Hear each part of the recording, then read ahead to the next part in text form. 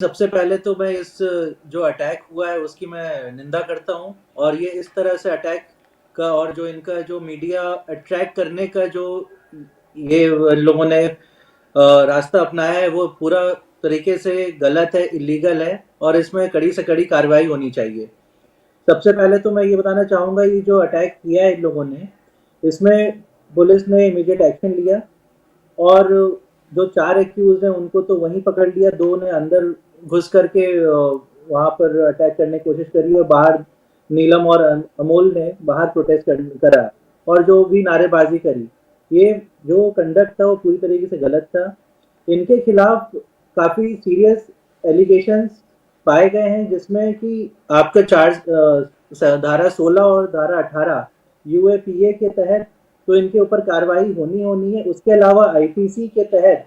धारा 120 बी जो कि कॉन्स्पिरेसी है,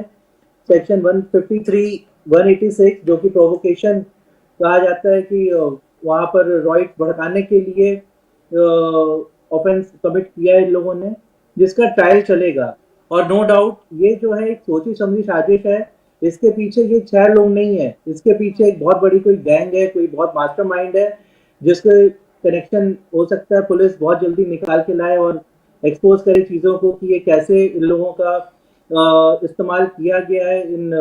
युवाओं का ये 26 34 35 साल के लोग हैं, इनका जो भी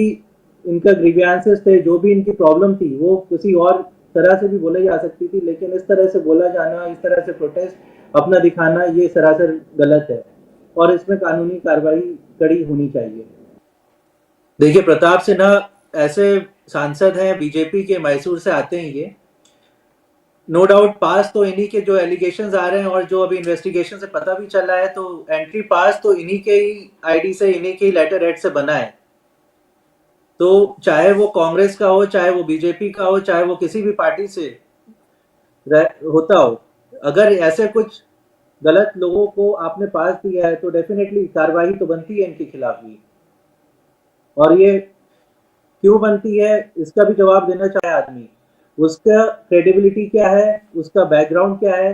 वो कहाँ कहाँ पर क्या क्या, उसका कितना एक्टिविस्ट टाइप का आदमी है, क्या उसने पास कंडक्ट कैसा रहा है, उसके बाद ही इनको पास देना चाहिए। नहीं तो अगर ये सबको अगर पास बंटने लग जाए ऐसे, तब तो सुरक्षा तो कहीं रह ही नहीं जाएगी, चाहे वो फिर सुप्रीम कोर्ट हो, चाहे वो हाई कोर्ट हो, चाहे वो संसद भवन हो। ये नेशनल सिक्योरिटी का मामला है और इसको बहुत ही सीरियस तरीके से लेना चाहिए, चाहे वो कोई भी इंसान हो इसमें इन्वॉल्व। देखिए मामला दर्ज तो होगा, क्योंकि जो इनका लेटर हेड में जो ये लिख कर देते हैं अपना एंट्री पास बनवाने का रिकमेंडेशन देते हैं इनको, तो उसमें एक लाइन नीचे लिखी होगी, आपने भी ध्यान दिया होगा, आप भी कभी गए होंगे तो आपने भी ध्यान दिया होगा, उसमें ये लिखा रहता है कि मैं इस व्यक्ति को पर्सनली जानता हूँ। वो भले एक साजिश के तहत गलती से निकाला होगा या उसने कैसे पास जुगाड़ किया होगा या जानबूझ के प्रताप सिन्हा ने पास दिया है, ये सब चीजें तो ट्रायल का विषय है। ये कैसे आप भी समझ सकते हैं कि अगर जब इतने मास्टरमाइंड लोग इसके पीछे बैठे हुए हैं तो एक इनका प्रताप सिन्हा क्या किसी का भी ये लेटर हेड तो कहीं से भी जुगाड़ कर सकते हैं, कुछ भी कर सकते हैं। ये पूरा ट्रायल का विषय है, ये कैसे इनको पास मिला और ये चाहे अब कॉन्स्पिरेसी में इन्वॉल्व है कि नहीं है, ये सब चीजें कोर्ट डिसाइड करेगी। हम लोग यहाँ बैठ करके अगर हम ये सोचें कि प्रताप सिन्हा को सबसे पहले अंदर करना चाहिए, तो प्रताप सिन्हा का लेटर हेड नो डाउट अंदर उन लोग अंदर गए हैं, उसमें भी 4 को मिलना था तो उसमें 2 ही का एंट्री पास बन पाया, 2 का नहीं बन पाया जिस भी कारण से। तो 2 ने तो बाहर प्रोटेस्ट किया और 2 ने बिल्कुल सोची समझी साजिश से अंदर कूद गए और अंदर आकर के उन्होंने धुआं और वहां पर वायलेंस क्रिएट किया।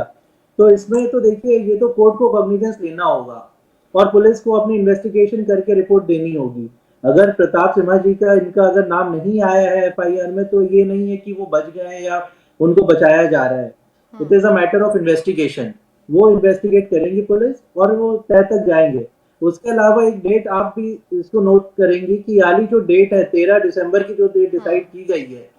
ये उस समय ये वाली डेट है जब बरसी थी संसद की, जब एक टाइम में अफजल गुरु जैसे लोगों का भी कॉन्स्पिरेसी और इन लोगों को ने अटैक किया था, वो दिन क्यों डिसाइड हुआ? अगर ये लोगों को अपना कुछ भी